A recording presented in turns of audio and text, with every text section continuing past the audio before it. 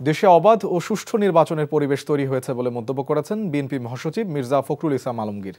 দলের প্রধান বেগম খালেদা জিয়াকে সুস্থ করে তুলতে দেশি বিদেশি চিকিৎসকরা চেষ্টা চালিয়ে যাচ্ছেন বলেও জানান তিনি। গণ অধিকার পরিষদের সাবেক আহ্বায়ক রেজা কিবরিয়ার বিএনপিতে যোগদান অনুষ্ঠানে এসব কথা বলেন তিনি। মির্জা ফখরুল বলেন, দেশ পুনর্গঠনে বিএনপিকে নির্ভরযোগ্য মনে করেছে মানুষ, তাই বিএনপিতে যোগদানের হিড়িক পড়েছে। রেজা কিবরিয়ার যোগদান সারা দেশের উপর প্রভাব ফেলবে বলেও মনে করেন তিনি। রেজা কিবরিয়া বলেন, তিনি বিএনপিতে যোগ দিয়েছেন কারণ এই দল দুবার গণতন্ত্র রক্ষা করেছে। বিএনপির নেতৃত্ব তরুণদের স্বপ্ন পূরণে সক্ষম হবে বলে মনে করেছেন তিনি।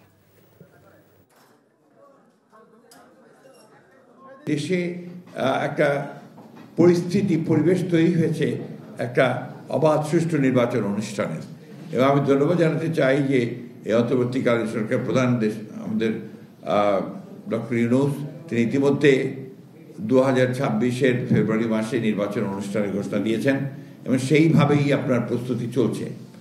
আমরা অত্যন্ত আশাবাদী যে দেশের মানুষ এই সুযোগটি গ্রহণ করে ইলেক্টেড যে প্রতিনিধি, তারা একটা পার্লামেন্ট গঠন করবেন এবং সেই পার্লামেন্ট গঠন করার মধ্য দিয়ে তারা একটা জনগণের গণতান্ত্রিক সরকার প্রতিষ্ঠা করবেন। এন্ট্রি পদে নবম গ্রেড প্রদান, পদোন্নতি সহ 4 দফা দাবিতে কেন্দ্রীয় কর্মসূচি অনুযায়ী আজ থেকে সারা দেশে সকল সরকারি উচ্চ বিদ্যালয়ের শিক্ষকরা পূর্ণ দিবস কর্মবিরতি শুরু করেছে। ফলে বিদ্যালয়গুলোতে চলমান বার্ষিক পরীক্ষা ও এসএসসি নির্বাচনী পরীক্ষা বন্ধ হয়ে গেছে। বছরের শেষে এসে চূড়ান্ত পরীক্ষার এ সময় শিক্ষকদের কর্মবিরতিতে উৎকণ্ঠায় পড়েছেন শিক্ষার্থী ও অভিভাবকরা। প্রতিটি বিদ্যালয়ে গত রাতে পরীক্ষা স্থগিত করা হলে অনেক শিক্ষার্থী ও অভিভাবকরা বিষয়টি জানেন না। ফলে সকাল থেকে শিক্ষার্থীরা বিদ্যালয়ে গিয়ে শিক্ষক ধর্মঘটের কথা শুনে হতাশা প্রকাশ করেছেন। সরকারি মাধ্যমিক বিদ্যালয়ের সহকারী শিক্ষকদের কর্মবিরতির ফলে বার্ষিক পরীক্ষা নেওয়া থেকে বিরত থাকছেন। স্কুল আঙিনায় এলোমেলো ঘুরে সময় কাটাচ্ছেন শিক্ষার্থীরা। সরকারি হাই স্কুলের শিক্ষকরা জানিয়েছেন, তাদের দাবি আদায় না হওয়া পর্যন্ত এই কর্মসূচি চলবে।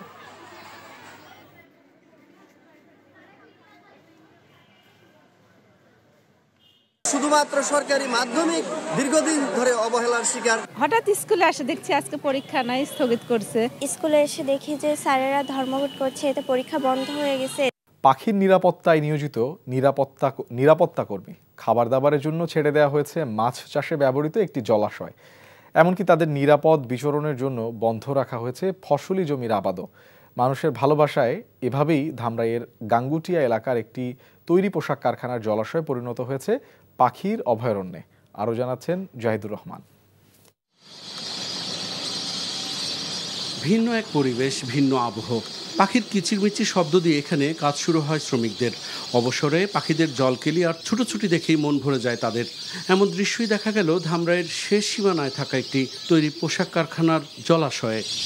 যাতে কোনো শিকারী ভিতরে শিকার না করতে পারে, সেই জন্য নিরাপত্তা আমি নিশ্চিত করতেছি। 2 বছর যাবৎ পাখি বেশি আসলো, আমাদের কোম্পানি কিছু মাছও পাখিকে দিল।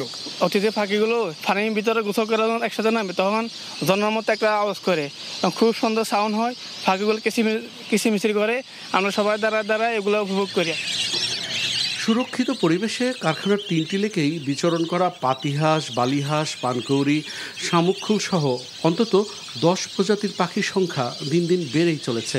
অতিথি পাখিদের আগমন শুরু হয় নভেম্বরের প্রথম দিকে, আর শীত কমে গেলেই পাখিগুলো ছুটে যায় নিজ গন্তব্যে। আমাদের সিকিউরিটি থাকে যাতে এখানে কোনোভাবেই কেউ কোনো রকম পাখি শিকার করতে না পারে। সেকেন্ড হলো, আমরা এখানে কোনো সাউন্ড পলিউশন করি না। যেমন একটা জেনারেটর ছাড়লাম, জেনারেটরের সাউন্ডে পাখিগুলো উড়ে গেল, আমরা এই ব্যাপারে অত্যন্ত সতর্ক থাকি। কেবলমাত্র প্রাকৃতিক সৌন্দর্য বৃদ্ধিতেই নয়, জীববৈচিত্র্য ও পরিবেশের ভারসাম্য রক্ষায় গুরুত্বপূর্ণ ভূমিকা রাখছে সব পরিযায়ী পাখি। আর তাদের সুরক্ষার মাধ্যমে নিজেদের মেলবন্ধন রচনা করেছে প্রকৃতিপ্রেমী কিছু মানুষ।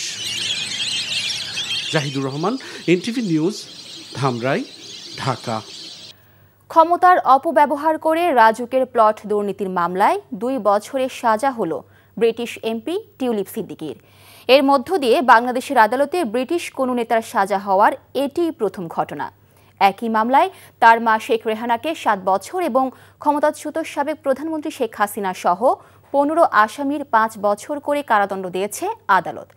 দুপুরে ঢাকার বিশেষ জজ আদালত 4-এর বিচারক মোহাম্মদ রবিউল আলমের আদালত এই রায় ঘোষণা করেন। আপিল শাহরিয়ারের রিপোর্ট। ক্ষমতার অপব্যবহার করে রাজুকের প্লট দুর্নীতির মামলায় 2 বছরের সাজা হল ব্রিটিশ এমপি টিউলিপ সিদ্দিকীর। একই মামলায় তার মা শেখ রেহানাকে 7 বছর ও সাবেক প্রধানমন্ত্রী শেখ হাসিনাকে 5 বছর সাজা দেয়া হয়। ঢাকার বিশেষ জজ আদালত 4-এর বিচারক রবিউল আলমের আদালত এ রায় ঘোষণা করেন। শেখ রেহানাকে 7 বছরের কারাদণ্ড দিয়েছেন এবং তার মেয়ে টিউলিপ সিদ্দিকী তাকে 2 বছরের কারাদণ্ড দিয়েছেন। শেখ হাসিনা সহ তাদের সবাইকে 5 বছরের কারাদণ্ড।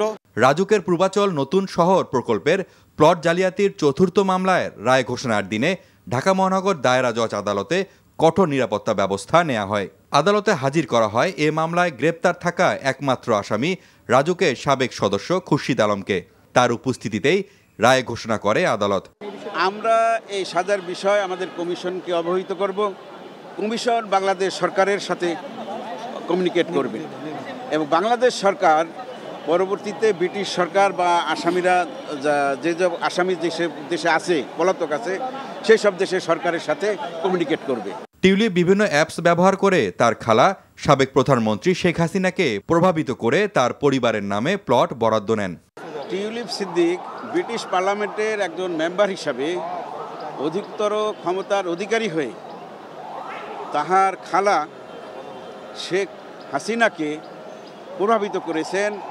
যেহেতু শেখ হাসিনা ইতিপূর্বে তার নিজের নামে এবং তার 2 সন্তানের নামে 3টি প্লট নিয়েছিলেন, সেই জন্য টিউলিপ সিদ্দিকী তার খালাকে এই কথা বলেই প্রভাবিত করেছিলেন যে যেহেতু আপনি 3টি প্লট নিয়েছেন, আমার মা এবং ভাই বোনদেরকেও 3টি প্লট দিতে হবে। রায়ের পর্যবেক্ষণে আদালত বলেন, ভবিষ্যতে ক্ষমতাধর ব্যক্তিদের জন্য এ রায় কড়া বার্তা। পর্যবেক্ষণের বিষয়ে আদালত একটা কথা বলছেন, একটা সূরার আল মাইদার একটা আয়াতের কথা উল্লেখ করছেন যে তোমরা প্রতারণা এবং জাল জালিয়াতির সাথে জড়িত থাকিও না। আমরা কেউ সতর্ক থাকি, প্রতারণা না করি, জাল জালিয়াতির আশ্রয় না নেই, আমরা যেন সুন্দরভাবে দেশটা করতে পারি এবং দুর্নীতি না করি। এর আগে একই অভিযোগে 3টি মামলায় শেখ হাসিনাকে 21 বছরের কারাদণ্ড দেয়া হয়। এই 3 মামলায় তার 2 সন্তান জয় ও পুতুলকেও 5 বছর করে সাজা প্রদান করে আদালত। Apple Shahriar, NTV news, Dhaka. Evercare হাসপাতালে চিকিৎসাধীন বিএনপি চেয়ারপারসন বেগম খালেদা জিয়াকে সুস্থ করে তুলতে দেশি বিদেশি চিকিৎসকরা চেষ্টা চালিয়ে যাচ্ছেন বলে জানিয়েছেন দলের মহাসচিব মির্জা ফখরুল ইসলাম আলমগীর। দেশে অবাধ ও সুষ্ঠু নির্বাচনের পরিবেশ তৈরি হয়েছে উল্লেখ করে তিনি আশা করছেন ফেব্রুয়ারিতেই হবে জাতীয় নির্বাচন। আরও জানাচ্ছেন ইফতেখার রেজা। বিএনপিতে যোগ দিলেন রেজা কিবরিয়া। সোমবার বিএনপি চেয়ারপারসনের কার্যালয়ে দলের মহাসচিব তাকে বরণ করে নেন।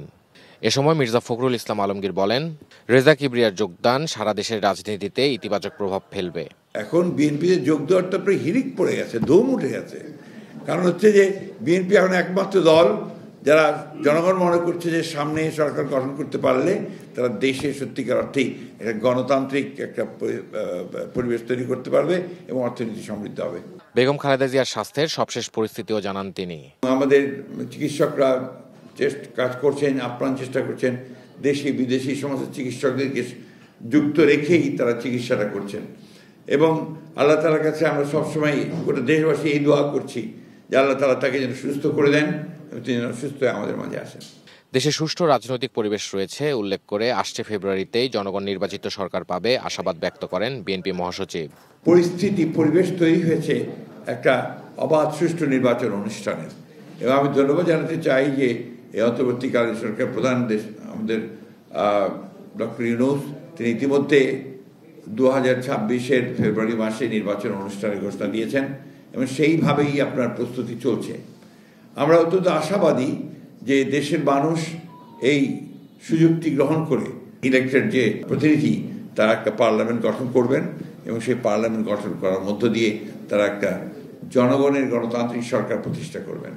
নতুন বাংলাদেশ বিনির্মাণে বিএনপি প্রত্যাশা অনুযায়ী কাজ করবে বলে প্রত্যাশা ব্যক্ত করেন রেজা কিবরিয়া। বিএনপি এখন যে নেতৃত্বে আছে নতুন প্রজন্মকে তাদের সব স্বপ্ন পূরণ করতে পারবে। এর আগে রেজা কিবরিয়া গণফোরামের সাধারণ সম্পাদক ও গণ অধিকার পরিষদের আহ্বায়কের দায়িত্ব পালন করেন। Iftekhar Reza, NTV news, Dhaka.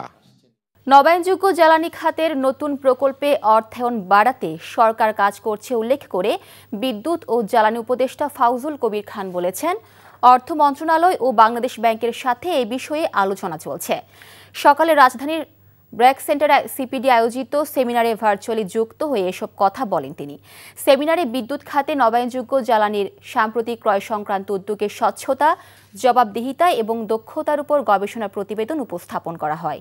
এতে বলা হয়েছে, স্বচ্ছতা ও জবাবদিহিতার ক্ষেত্রে আগের পাবলিক প্রকিউরমেন্ট অ্যাক্ট পিপিএ এবং পাবলিক প্রকিউরমেন্ট রুলস পিপিআর এর ক্ষেত্রে উন্নতি হলেও দক্ষতার ক্ষেত্রে পিছিয়ে গেছে।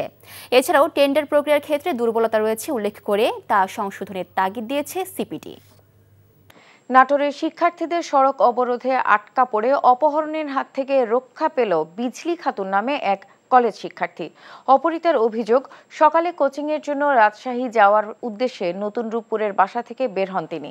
সিএনজি অটোরিকশায় ঈশ্বরদী রেল স্টেশনে যাওয়ার সময় বাঘল এলাকায় গতিরোধ করে শাকিল নামে স্থানীয় এক যুবক তাকে জোর করে প্রাইভেট কারে তুলে নাটোরে আসার সময় শিক্ষার্থীদের সড়ক অবরোধে আটকা পড়ে কারটি। এ সময় ওই ছাত্রী চিৎকারে অবরোধকারীরা শাকিলকে ধরে গণপিটুনি দিয়ে পুলিশে সোপর্দ করে। উদ্ধার করা হয় ওই ছাত্রীকে। আটক শাকিলের বিরুদ্ধে অস্ত্র মামলা সহ ঈশ্বরদী থানায় 3টি মামলা রয়েছে বলে জানায় পুলিশ। সাবেক প্রধানমন্ত্রী ও বিএনপি চেয়ারপারসন বেগম খালেদা জিয়ার শারীরিক অবস্থার আরও অবনতি হয়েছে। চিকিৎসকদের সার্বক্ষণিক পর্যবেক্ষণে রয়েছেন তিনি। বেগম জিয়ার চিকিৎসায় চীন থেকে ঢাকা এসেছেন 5 সদস্যের বিশেষজ্ঞ চিকিৎসক দল। বেগম জিয়ার সুস্থতা কামনায় দেশবাসীর কাছে দোয়া চেয়েছেন বিএনপির সিনিয়র নেতারা। এ নিয়ে দেখুন নূর হোসেনের রিপোর্ট। উদ্বেগ আর উৎকণ্ঠা নিয়ে রাজধানীর এভারকেয়ার হাসপাতালের করোনারি কেয়ার ইউনিটে 5 দিন ধরে চিকিৎসাধীন দেশের প্রথম নারী প্রধানমন্ত্রী ও বিএনপি চেয়ারপারসন বেগম খালেদা জিয়া। দেশি বিদেশি চিকিৎসকদের সমন্বয়ে গঠিত মেডিকেল বোর্ডের পরামর্শে চলছে তার চিকিৎসা। গেল কয়েকদিনের মতোই হাসপাতালের সামনে নেতাকর্মী ও উৎসুক সাধারণ মানুষের ভিড়। দেশনেত্রী বেগম খালেদা জিয়ার জন্য সকলে যাতে দোয়া করে, কারণ দেশের এই পরিস্থিতিতে আমাদের দেশনেত্রী বেগম খালেদা জিয়ার খুবই প্রয়োজন। উনি যেন আল্লাহ তাআলা ওনাকে নেক হায়াত দান করে এবং সুস্থ হয়ে সেরে উঠেই আবার যেন আমাদের এই দলকে নেতৃত্ব দিতে পারে। আগামী যে নির্বাচন হবে এই নির্বাচনে যেন উনি অংশগ্রহণ করে আবার এই বাংলাদেশকে নেতৃত্ব দিতে পারে। কখনো কোনো আলেম ওলামার উপরে জুলুম করেন নাই, কোনো দেশের মানুষের উপরে জুলুম করতে দেখি না। তো আমরা দেশবাসীর কাছে বলবো যে আমরা খালেদা জিয়া ম্যাডামের সুস্থতা কামনা করতে। বেগম খালেদা জিয়ার চিকিৎসায় চীন থেকে ঢাকা এসেছেন 6 বিশেষজ্ঞ চিকিৎসক। সোমবার দেশে আসবে চিকিৎসকদের আরও একটি দল। বেগম খালেদা জিয়ার শারীরিক অবস্থার খোঁজ নিতে হাসপাতালে আসেন বিএনপি সহ বিভিন্ন রাজনৈতিক দলের নেতারা। উনি খুব ডিপ কন্ডিশনে আছেন। এই মুহূর্তে সারা জাতির কাছে দোয়া চাওয়া ছাড়া আর কিছু বলার নেই। ডাক্তাররা ক্লান্তিহীনভাবে চিকিৎসা দিচ্ছেন, বাদবাকি আল্লাহ ভরসা। এই ক্রিটিক্যাল কন্ডিশন থেকে ম্যাডাম যেন আমাদের মাঝে পরিপূর্ণ সুস্থ হয়ে ফিরে আসতে পারেন। সারা দেশের মানুষ এই গণতান্ত্রিক উত্তরণের প্রক্রিয়ায় বেগম খালেদা জিয়ার দিক নির্দেশনা কিংবা তার উপস্থিতিকে গভীরভাবে উপলব্ধি করে। ফলে সবাই আমরা মনে করি যে সারা দেশবাসী তার জন্য দোয়া করা দরকার, আর দোয়া করছেন এবং আশা করি দেশের মানুষের ভালোবাসায় দোয়া এবং চিকিৎসকদের অবশ্যই সার্বক্ষণিক যে চিকিৎসা চলছে তিনি সুস্থ হয়ে আবার ফিরবেন। সাবেক প্রধানমন্ত্রী বেগম খালেদা জিয়ার সুস্থতার জন্য দেশবাসীর কাছে দোয়া চেয়েছেন বিএনপির সিনিয়র নেতারা। নূর হোসেন, এনটিভি নিউজ, ঢাকা। বিএনপির ভারপ্রাপ্ত চেয়ারম্যান তারেক রহমানের দেশে ফিরে আসার বিষয়ে আইনগত কোনো বাধা আছে বলে মনে করেন না আইন উপদেষ্টা আসিফ নজরুল। আজ সচিবালয়ে সাংবাদিকদের প্রশ্নের জবাবে তিনি এমন মন্তব্য করেন। তারপরও যদি কোনো আইনগত বাধা থাকে সে বিষয়ে সরকারের পক্ষ থেকে সর্বোচ্চ সহযোগিতা করা হবে বলে জানান উপদেষ্টা। বিএনপির ভারপ্রাপ্ত চেয়ারম্যান কখন দেশে আসবেন সেটি তার একান্তই ব্যক্তিগত বিষয় উল্লেখ করে তিনি বলেন, নিশ্চয়ই তারেক রহমান উপযুক্ত সময়েই দেশে ফেরত আসবেন। বিএনপির এই শীর্ষ পর্যায়ের নেতা দেশে আসলে তার নিরাপত্তার ব্যাপারে সরকারের পক্ষ থেকে সর্বোচ্চ সহযোগিতা করা হবে বলেও জানান আইন উপদেষ্টা। আমি নিজে বিশ্বাস করি কোনটা উপযুক্ত সময় জনাব তারেক রহমানের বাংলাদেশে আসার ব্যাপারে কোনো রকম আইনগত বাধা আছে বলে আমার জানা নাই। আর যদি কোনো বাধা থেকেও থাকে এটা অবশ্যই আমরা জানলে ওনাকে সর্বোচ্চ সহযোগিতা করব, ওনার নিরাপত্তার ব্যাপারে আমরা সর্বোচ্চ সহযোগিতা করব। আর আমার মনে হয় যে আমি নিজে বিশ্বাস করি কোনটা উপযুক্ত সময় এটা সবচেয়ে ভালোভাবে নির্ধারণের ক্ষমতা ওনার রয়েছে। উনি যেটা উপযুক্ত সময় সেই সময় দেশে আসবেন বলে আমি বিশ্বাস করি। কমিশন চাইলে বিএনপির ভারপ্রাপ্ত চেয়ারম্যান তারেক রহমান এখনও ভোটার হতে পারেন বলে জানিয়েছেন নির্বাচন কমিশনের জ্যেষ্ঠ সচিব আক্তার আহমেদ। আর নির্বাচন কমিশনার আনোয়ারুল ইসলাম সরকার বলেন, কোনো প্রার্থী নির্বাচনী আচরণ বিধিমালা লঙ্ঘন করলে তার প্রার্থিতা বাতিল করা হবে। শিউলি রায়ের রিপোর্ট। ভোটার তালিকা সংশোধন, প্রবাসী ভোটারদের নিবন্ধন প্রক্রিয়া সহ সমসাময়িক বিষয়ে সাংবাদিকদের জানাতে আগারগাঁয়ে নির্বাচন ভবনে প্রেস ব্রিফিংয়ের আয়োজন করে কমিশন। নতুন এনআইডি কার্যক্রম চালু আছে জানিয়ে এই সময় কমিশনের সিনিয়র সচিব বলেন, 31শে অক্টোবর পর্যন্ত যাদের বয়স 18 বছর হয়েছে কেবল তারাই ভোটার তালিকায় থাকবেন। 31শে অক্টোবরের আগেও যদি আপনি 18তে হয়ে থেকে থাকেন কিন্তু আপনি তখনও হননি, কিন্তু পরবর্তীতে ধরেন নভেম্বরের 1 তারিখে হয়েছেন, কিন্তু যেহেতু আমাদের চেকআউট ডেটটা ছিল, কাট অফ ডেটটা ছিল 31 তারিখ পর্যন্ত, কাজে আপনাকে অন্তর্ভুক্ত করার সুযোগটা নেই। এক প্রশ্নের জবাবে তিনি আরও জানান, ভোটার তালিকা আইন অনুযায়ী যে কোনো ব্যক্তিকে যে কোনো সময় ভোটার তালিকা ভুক্তি সিদ্ধান্ত নিতে পারে ইসি। আমার জানা মতে না। ঠিক আছে, পারতে পারেন যদি কমিশন সিদ্ধান্ত দেয়। আইনগত আছে, আপনারা একটু ভোটার তালিকা নিবন্ধন আইনটা দেখে নিয়েন। অন্যদিকে নারায়ণগঞ্জের নির্বাচন সংক্রান্ত কর্মশালা শেষে নির্বাচন কমিশনার আনোয়ার ইসলাম সরকার বলেন, আচরণ বিধিমালা লঙ্ঘনকারীদের কোনো ছাড় নয়। আচরণ বিধি ভঙ্গ করলে কাউকে ছাড় দিবে না নির্বাচন কমিশন, এই মেসেজ আমরা দিচ্ছি। এবং ওই যে কি বলে যে লোক দেখানো শোকস ফোকসের মধ্যে নাই, সোজা ক্যান্ডিডেটের যে প্রার্থিতা সেটি বাতিল হয়ে যাবে। এছাড়াও প্রবাসীদের ভোটদানের নিবন্ধনের সময়সীমা 1 সপ্তাহ বাড়িয়ে 25শে ডিসেম্বর নির্ধারণ করেছে ইসি। সময়সীমা ওটাকে বাড়িয়ে 25শে ডিসেম্বর। শিউলি রায়, এনটিভি নিউজ, ঢাকা। এদিকে টিউলিপের রায় নিয়ে গুরুত্ব দিয়ে সংবাদ প্রকাশ করেছে যুক্তরাজ্যের অধিকাংশ গণমাধ্যম। ব্রিটিশ সংবাদ মাধ্যম বিবিসি বিনা উপস্থিতিতে বিচার শেষে বাংলাদেশে এমপি টিউলিপ সিদ্দিককে কারাদণ্ড এমন শিরোনামে খবর প্রকাশ করেছে। দ্য টেলিগ্রাফের প্রতিবেদনে বলা হয়েছে, দুর্নীতির রায়ে কারাদণ্ড হলেও টিউলিপ সিদ্দিকের এই সাজা খাটার সম্ভাবনা নেই বললেই চলে।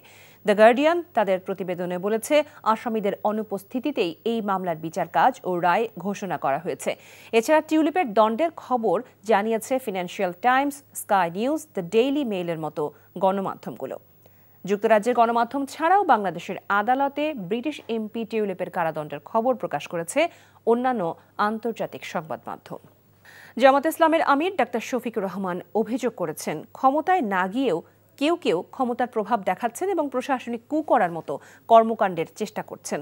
খুলনা মহানগরীর শিববাড়ি বাবরি চত্বরে জামাত ইসলামী সহ আন্দোলনরত 8 দলের বিভাগীয় সমাবেশে প্রধান অতিথির বক্তব্যে তিনি এসব কথা বলেন। খুলনা থেকে মোহাম্মদ আবু তৈয়বের পাঠানো রিপোর্ট, ক্যামেরায় ছিলেন আজিজুল ইসলাম। খুলনায় জামায়াত ইসলামী সহ সমমনা 8 দলীয় জোটের বিভাগীয় সমাবেশ। সোমবার বিকেলে সমাবেশ শুরুর আগেই বিভাগের বিভিন্ন জেলা থেকে আসা নেতাকর্মীদের ঢল নামে শিববাড়ি বাবরি চত্বরে। চরমোনাই পীর মাওলানা মুফতি সৈয়দ মোহাম্মদ রেজাউল করিমের সভাপতিত্বে সমাবেশে প্রধান অতিথির বক্তব্যে জামায়াত ইসলামীর আমির ডাক্তার শফিকুর রহমান বলেন, ক্ষমতায় না গিয়েও অনেকেই ক্ষমতার দাপট দেখাচ্ছেন, ষড়যন্ত্রের জাল বুনছেন। এ ধরনের মানসিকতা মেনে নেওয়া হবে না বলেও হুঁশিয়ারি দেন তিনি। দুর্নীতি অব্যাহত রয়েছে, ক্ষমতায় না গিয়ে অনেকে ক্ষমতার দাপট দেখাচ্ছে, প্রশাসনিক কু করার চেষ্টা করছে। আগামী নির্বাচনে চলে বলে কৌশলে কেউ কেউ আমরা শুনতে পাই বিভিন্ন জায়গায় বসে ষড়যন্ত্রের জাল বুনছেন। জনগণ ভোট দেখ না দেখ, ক্ষমতায় আমাদেরকে যেতে হবে। বন্ধুগণ, বেলা শেষ, দিনও শেষ, ওই সূর্য ডুবে গেছে। ইসলামী আন্দোলন বাংলাদেশের আমির মুফতি সৈয়দ মোহাম্মদ রেজাউল করিম, বাংলাদেশ খেলাফত মজলিসের আমির মাওলানা মামুনুল হক, নেজামে ইসলাম পার্টির আমির অধ্যক্ষ মাওলানা সরওয়ার কামাল আজিজি, জাকপা মুখপাত্র ইঞ্জিনিয়ার রাশেদ প্রধান বক্তব্য রাখেন। জনগণ তো আপনাদের পক্ষে মতামত রায় দেওয়ার মতো পরিবেশ নেই।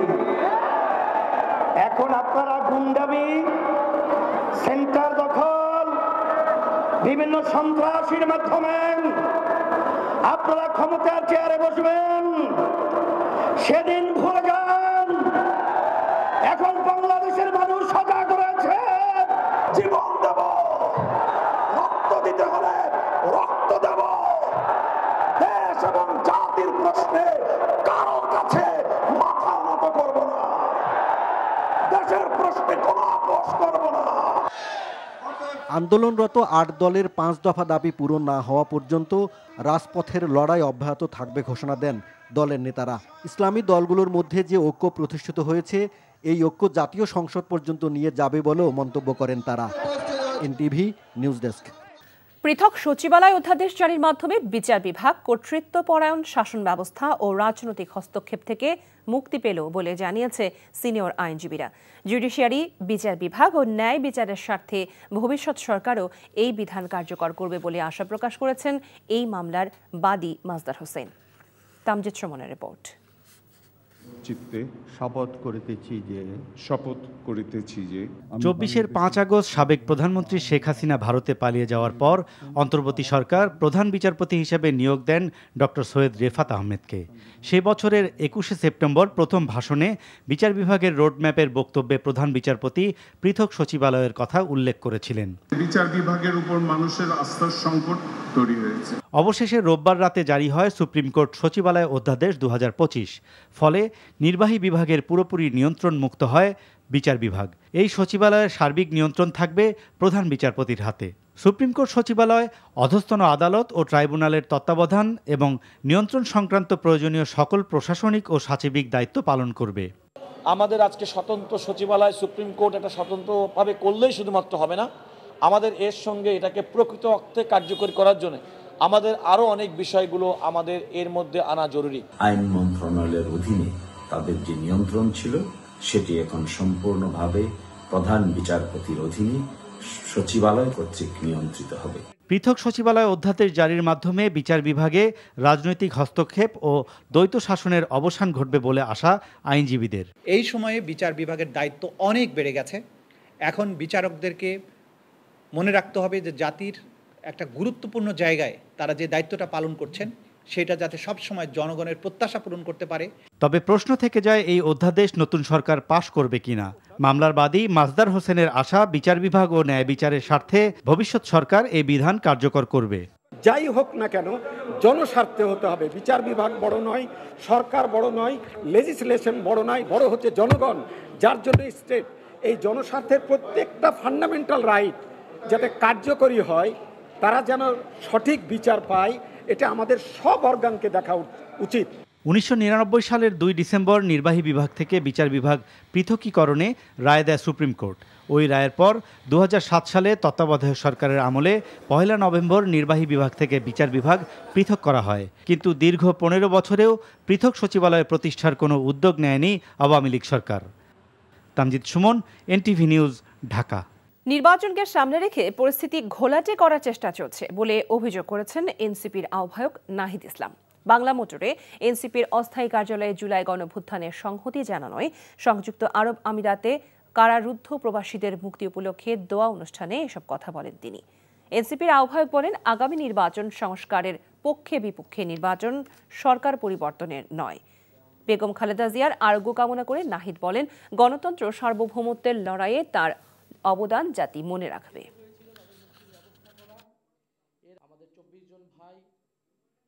সামনের নির্বাচনের আগে নানা ধরনের পরিস্থিতি ঘোলাটে করার চেষ্টা করা হচ্ছে এবং আমরা যে সংস্কার কার্যক্রম শুরু করেছিলাম, সংস্কারের অগ্রযাত্রা শুরু করেছিলাম, সেটাকে নানাভাবে বাধাগ্রস্ত করা হয়েছে। একটি দল প্রকাশ্যে সংস্কারের বিপক্ষে অবস্থান নিয়েছে, আরেকটি দল গোপনে সংস্কারের বিপক্ষে অবস্থান নিয়েছে। অন্তর্বর্তী সরকার অনেক বেশি এবং উচ্চাভিলাষী সংস্কার করে ফেলেছে বলে মন্তব্য করেছেন পরিকল্পনা উপদেষ্টা ওয়াহিদ উদ্দিন মাহমুদ। এসব সংস্কার নির্বাচিত সরকার হজম করতে পারবে কিনা তা নিয়ে সন্দেহ আছে বলেও উল্লেখ করেন তিনি। বিকেলে রাজধানীর আগারগাঁওয়ে পরিকল্পনা মন্ত্রণালয়ের এনইসি ভবন সভাকক্ষে একনেক সভা শেষে সংবাদ সম্মেলনে এমন মন্তব্য করেন পরিকল্পনা উপদেষ্টা। সুযোগ পেলে সরকারি প্রকল্পের ক্ষেত্রে বিদেশি সহযোগী সংস্থার কাছ থেকে ঋণ নেওয়াকে সর্বনাশী নীতি বলে আখ্যায়িত করে এই নীতি থেকে বেরিয়ে আসার কথা বলেন তিনি। এর আগে চলতি অর্থ বছরের ষষ্ঠ একনেক সভায় 15,383 কোটি 51 লক্ষ টাকা ব্যয়ে 17টি প্রকল্পের অনুমোদন দেওয়া হয়।